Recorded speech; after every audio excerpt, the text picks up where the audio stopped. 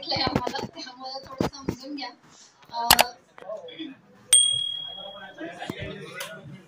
हा म्हणजे म्हणून तुम्ही रिफ्लेक्स काढला.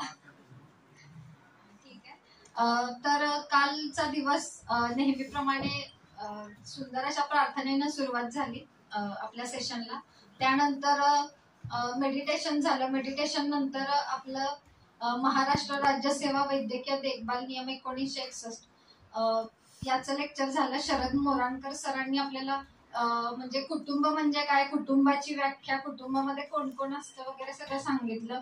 नंतर शासकीय रुग्णालय. बघा आजकाल आपल्या घरामध्ये लोक आजारी पडतात आणि आपल्याला म्हणजे काही गोष्टी माहित नव्हत्या की बाबा कधी कधी आपल्याला काही काही लाभ मिळू शकतात किंवा कोणत्या कोणत्या आजारांसाठी ते लाभ असतात किंवा नसतात, कुठल्या आजारांचा त्यामध्ये अंतर्भाव होतो वगैरे. तर आपल्याला खूप छान अशी माहिती त्यांनी दिली. तसेच त्यानंतर आपल्याला मोहित भट म्हणून जे नेफ्रोलॉजिस्ट आहेत त्याबद्दल पण माहिती नव्हतं आपल्याला. म्हणजे आपल्याला हे कळालं की कोकिलाबेन नेफ्रोलॉजिस्ट आहे. तर कोकिलाबेन ह्या रुग्णालयामध्ये मोहित भट नावाचे नेफ्रोलॉजिस्ट आहेत ते आपल्याला माहित नव्हतं, कारण मला तरी माहित नव्हतं. त्यामुळे ते ज्ञानात भर पडली असं मला वाटतंय. त्यानंतर सेकंड सेशन मिलिंद कुलकर्णी सरांनी टाइम मॅनेजमेंटचं घेतलं. ते अतिशय चांगल्या पद्धतीनं झालं आपलं. त्यानंतर इव्हिनिंगला भांडार पडताना निर्लेखन आणि विक्री हे आपल्या बीजी जाधव सरांनी घेतलं आणि तसेच राईट ऑफ बद्दलही माहिती दिली. आता इथून पुढचं डिटेलमध्ये माझे सहकारी सांगतील.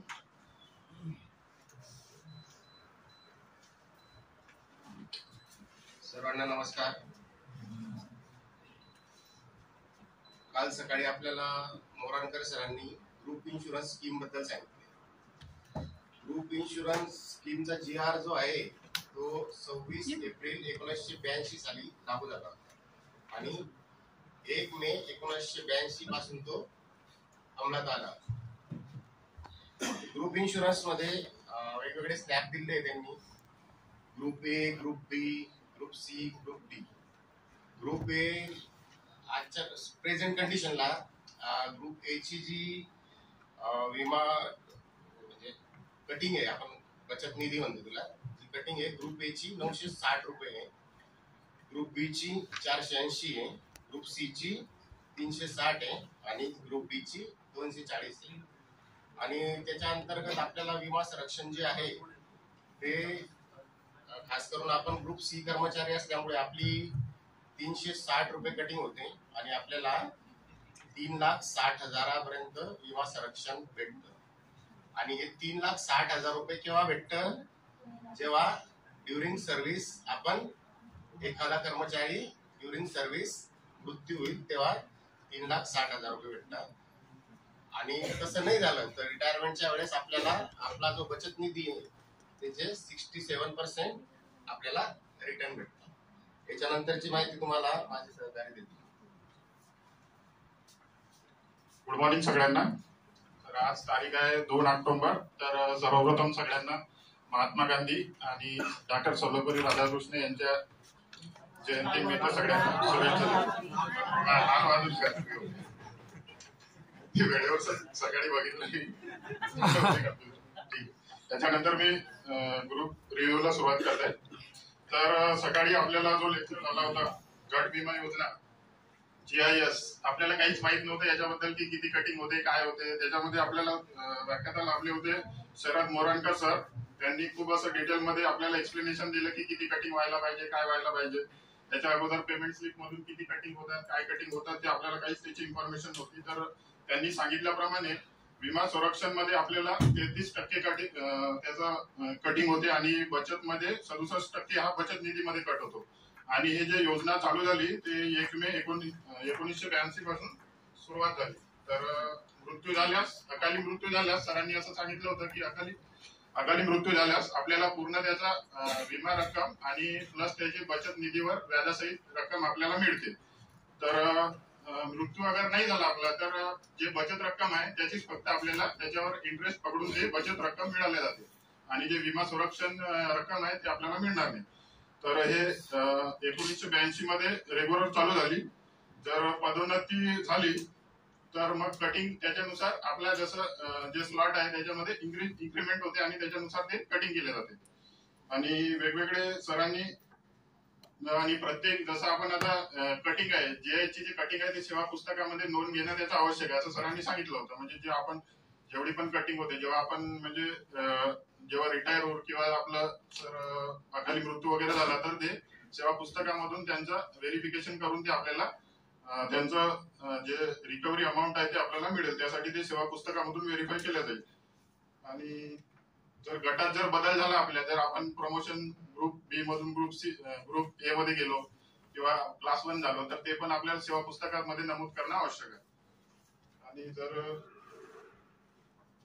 जास्त पैसे कट झाले असेल आपल्या सॅलरी मधून जे आहे तर त्याचा रिफंड पण आपल्याला मिळू शकतो. त्यासाठी आपल्याला सरांनी काही गट ब गट क गट ड यांचे ते हे सांगितले होते. जसं आता गट अ ला वर्गणी 960 रुपये आहे. त्याच्यामध्ये विमा जे संरक्षण आहे ते 33% आहे. त्याच्यामध्ये 320 रुपये कटिंग होणार आणि बचत निधीचे 640 रुपये. जर त्यांचा अकाली मृत्यू झाला तर आपल्याला 9,60,000 रुपये मिळणार. आणि गट ब मध्ये वर्गणी टोटल आहे 480 रुपये आणि त्याच्यात विमा संरक्षण आहे 33% 160 रुपये आणि बचत निधी आहे 320 रुपये. असं जर अकाली मृत्यू झाल्यास आपल्याला टोटल रक्कम मिळणार 4,80,000 रुपये. गट क ला आहे वर्गणी टोटल 360 रुपये. त्याच्यातला विमा संरक्षण मध्ये 33%चे 120 रुपये आणि बचत निधी आहे ते 240 रुपये. तर असं टोटल आपल्याला मिळणार 3,60,000 रुपये. आणि गट ड ला होतं 240 रुपये. त्याच्यामध्ये विमा संरक्षण होतं ते 80 रुपये कट होणार आणि बचत निधीमध्ये 160 रुपये. तर टोटल आपल्याला 2,40,000 रुपये मिळणार असं सरांनी सांगितलं होतं. ठीक आहे. त्याच्यानंतरची माहिती आमच्या सगळ्यांनी. Good morning. काल मोरेनकर सरांनी आपल्याला गटविमा योजनासोबतच वैद्यकीय खर्च प्रतिपूर्ती पण सांगितली. त्यात त्यांनी महाराष्ट्र राज्य सेवा वैद्यकीय देखभाल नियम 1961 हा सांगितला. तो 1 जून 1961 रोजी लागू करण्यात आला आणि हे यातले सर्व नियम हे शासकीय महाराष्ट्र राज्याच्या कर्मचाऱ्यांना निलंबित असले तरीही लागू असतात. म्हणजे ते जोपर्यंत शासकीय सेवेत असतात तोपर्यंत ते लागू असतात. त्यानंतर स्त्री महिला कर्मचाऱ्यांकरिता आई वडील किंवा सासू सासरे यांपैकी एकाची निवड करावी लागते. पण त्यासाठी कंडिशन अशी आहे की आई वडिलांना किंवा जे पण कर्मचारी नाव निवड करतील त्यांना आई वडिलांची पेन्शन ही 9,000 पेक्षा जास्त नसावी किंवा त्यांना इतर कोणते सोर्सेस नकोत इन्कमची याची खात्री करावी लागते.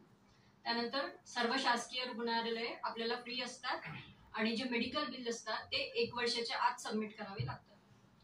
त्यानंतर त्यासाठी प्रपत्र अ आणि प्रपत्र ब असं असतं. प्रपत्र अ असतं जर ऍडमिट नसेल केलं तर त्यात आपल्याला 100% रिएम्बर्समेंट मिळतं. आणि प्रपत्र ब जर ऍडमिट असेल त्यासाठी वापरले जातात. नंतर जर प्रायव्हेटमध्ये ऍडमिट केलं असेल त्यासाठी फॉर्म सी आणि फॉर्म डी असतात. आणि प्रायव्हेटमध्ये जर ऍडमिट झालं तरच रिएम्बर्समेंट मिळतं नाहीतर रिएम्बर्समेंट मिळत नाही. या पुढील माहिती माझे सहकारी सर देतात. थँक्यू. नमस्कार. तर या महाराष्ट्र राज्य सेवा वैद्यकीय देखभाल नियम मध्ये कोणते आजार यामध्ये इन्क्लूड आहेत त्याबद्दल मी तुम्हाला थोडक्यात माहिती सांगणार आहे. तर यामध्ये GR 19 जानेवारी 2005 चा जो GR आहे तर त्यामध्ये टोटल 27 आजार इन्क्लूड झालेले होते. आणि नंतर 17/12/2020 चा जो GR आहे तर त्यानुसार त्यामध्ये कोविड-19 या आजाराचा समावेश करण्यात आलेला होता. तर त्या 27 पैकी जे 5 गंभीर आजार आहेत त्यामध्ये heart surgery, bypass, angioplasty, kidney transplant आणि ब्लड कॅन्सर. तर या आजारापैकी जर कोणता आजार जर झाला असेल तर त्यासाठी आपल्याला ऍडव्हान्स कोटेशन दिले जाते शासनातर्फे ते 1.5 लाख रुपयापर्यंत. आणि त्यासाठी तुम्हाला 6 महिन्यात त्याचे चलन भरणे तुम्हाला आवश्यक आहे. आणि त्यानंतर त्याच्यापेक्षा जास्त जर तुमचा खर्च होत असेल सोबत 5 लाख 10 लाख तर त्यासाठी तुम्हाला प्रस्ताव सादर करावा लागते. तर तो प्रस्ताव तुमचा जे हॉस्पिटल मुंबई येथे त्या प्रस्तावाची तुमची तिथं दखल घेतली जाते. तर यानंतर टाइम मॅनेजमेंट बद्दल आमचे सहकारी सांगतील. काल 3ऱ्या सत्रात श्री मिलिंद कुलकर्णी सरांनी आपल्याला टाइम मॅनेजमेंट म्हणजेच वेळ व्यवस्थापन या विषयावर मार्गदर्शन केले. सरांनी आपल्याला टाइम मॅनेजमेंटचे फायदे सांगितले. टाइम मॅनेजमेंटमुळे आपल्याला स्ट्रेस मॅनेजमेंट करण्यास मदत होते. तसेच टाइम मॅनेजमेंटमुळे स्वतःचे छंद जोपासण्यासाठी अतिरिक्त वेळ मिळतो आणि टाइम मॅनेजमेंटमुळे आपल्याला कामाची गुणवत्ता वाढते. त्यामुळे आपले मन हे प्रसन्न राहते. यापुढील माहिती माझे सहकारी सांगतील.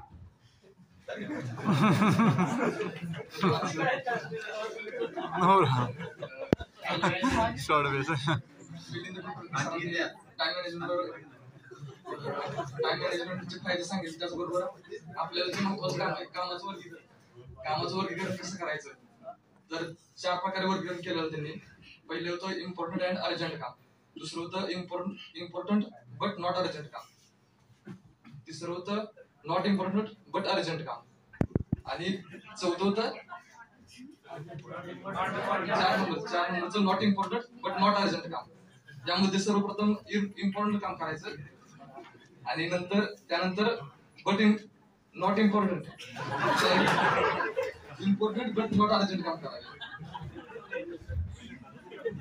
कारण ते महत्वाचं काम असते. चौथं तर नॉट इम्पॉर्टंट नॉट अर्जंट काम म्हणजे शेवटी काम करायचं. ठीक आहे.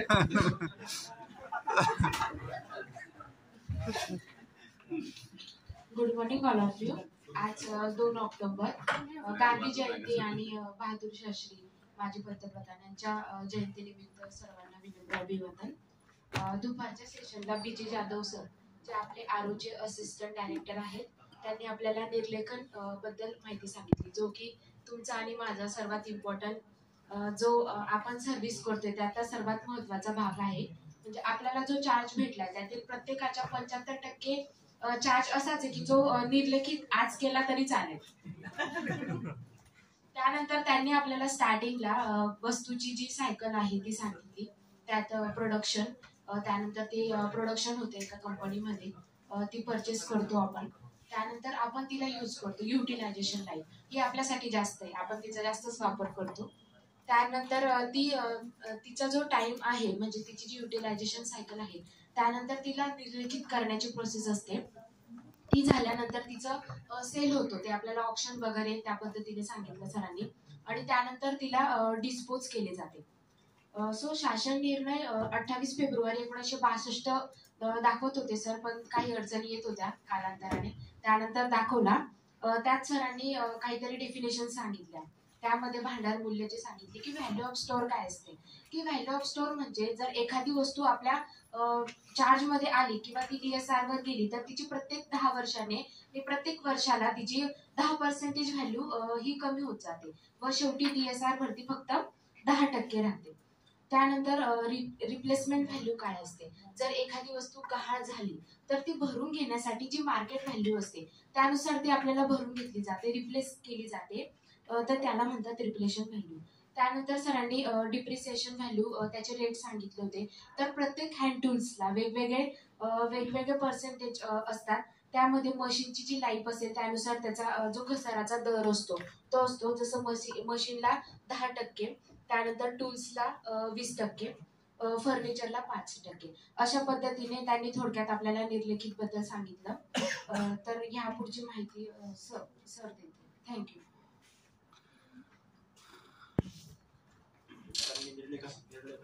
सुरुवात केली त्यांनी कंटिन्यू करतो. सर्वात महत्वाचा निर्लेखनाचा क्रायटेरिया काय असेल ते आपण बघूया. सगळ्यात महत्वाची अट सांगितली लाईफ कम्प्लीट झाली. तर मॅडम ज्याप्रमाणे आपल्याला लाईफ सांगितलं की कम्प्युटर असेल त्याला 5 वर्षाची वार्षिक 20% घट राहील त्याला. त्यानंतर मेकॅनिकसाठी 10 वर्ष लाईफ असेल, वार्षिक 10% त्याला घसारा असेल. हँड टूल साठी लाईफ 5 वर्ष असेल, वार्षिक 20% त्याचा घसारा असेल. फर्निचरसाठी 20 वर्ष लाईफ आणि वार्षिक 5% घसारा असेल. म्हणजे त्याची लाईफ कम्प्लीट होते का हे आधी बघितलं. लाईफही कम्प्लीट झाली असेल तर दुसऱ्या क्रायटेरियाकडे आपण ते अनसर्व्हिसेबल असायला. जर दुरुस्त करता येणार नसेल तरच आपण त्याला राईट ऑफ करू शकतो. ते कमिटीच आपल्याला सजेस्ट करते. तुम्ही जर त्याला दुरुस्त करून पुन्हा वापरू शकत असाल तर तुम्ही त्याला दुरुस्त करून पुन्हा वापरा. त्यानंतर तिसरा क्रायटेरिया असेल म्हणजे लाईफही कम्प्लीट झाली असेल, अनसर्व्हिसेबल असेल, तर ती जर समजा ऑब्सोलेट झाली असेल म्हणजे कालबाह्य झालेली असेल तरी आपण लाईफ कम्प्लीट झाल्यानंतर त्याला निर्लेखित करू शकतो. त्यानंतर एखादी वस्तू आपल्याकडे सरप्लस असेल तरी आपण त्याला राईट ऑफ साठी प्रपोज करू शकतो. सरप्लस असेल तर कमिटी आपल्याला दुसऱ्या कॉलेजकडे हस्तांतरण करण्यासाठी दुसऱ्या ट्रेडकडे हस्तांतरित करण्यासाठी सजेस्ट करते किंवा ते राईट ऑफ केलं जातं. अशा प्रकारे वस्तू निर्लेखित करण्यासाठी आपल्याकडे क्रायटेरिया आहेत. त्यानंतर निर्लेखनाचे वित्तीय अधिकार वेगवेगळ्या लेवलला निर्लेखनाचे वित्तीय अधिकार वेगवेगळे आहेत. 2016-17 मध्ये ठरवल्याप्रमाणे कार्यालय प्रमुख जे असतील त्यांना प्रत्येक प्रकरणामध्ये 60,000 निर्लेखन करण्याचे अधिकार दिलेले आहेत. त्यानंतर सहसंचालक दर्जासाठी 2.25 लाखापर्यंत, संचालक दर्जासाठी 2 लाखापर्यंत आणि प्रशासनिक विभाग असेल तर त्याला किती किमतीचे वस्तू जरी असेल निर्लेखित करता येते. त्यानंतर 2016-17 मध्ये एक सुधारणा करण्यात आली की यामध्ये दरवर्षी 5% वाढ करण्यात यावी. आपण जर एक्झाम्पल घ्यायचं तर कार्यालय प्रमुखासाठी सरांनी आपल्याला समजून सांगितलं तसं 60,000 जर असेल तर आता 2016-17 नंतर दरवर्षी 5% वाढ म्हणजे कंपाऊंडिंग केलं आपण तर सध्याच्या 2024-25 मध्ये कार्यालय प्रमुख म्हणजेच प्रिन्सिपल हे 94,000 रुपयापर्यंत 94,998 रुपयापर्यंत एखादी वस्तू एखाद्या प्रत्येक प्रकरणामध्ये निर्लेखन करू शकतो.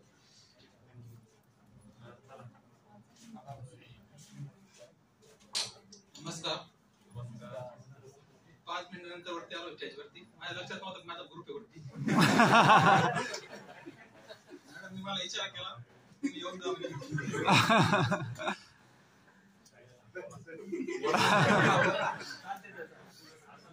सर्व माहिती माझ्या सहकार्याने दिली त्याच्यामुळे मी जास्त काही वेळ घेत नाही.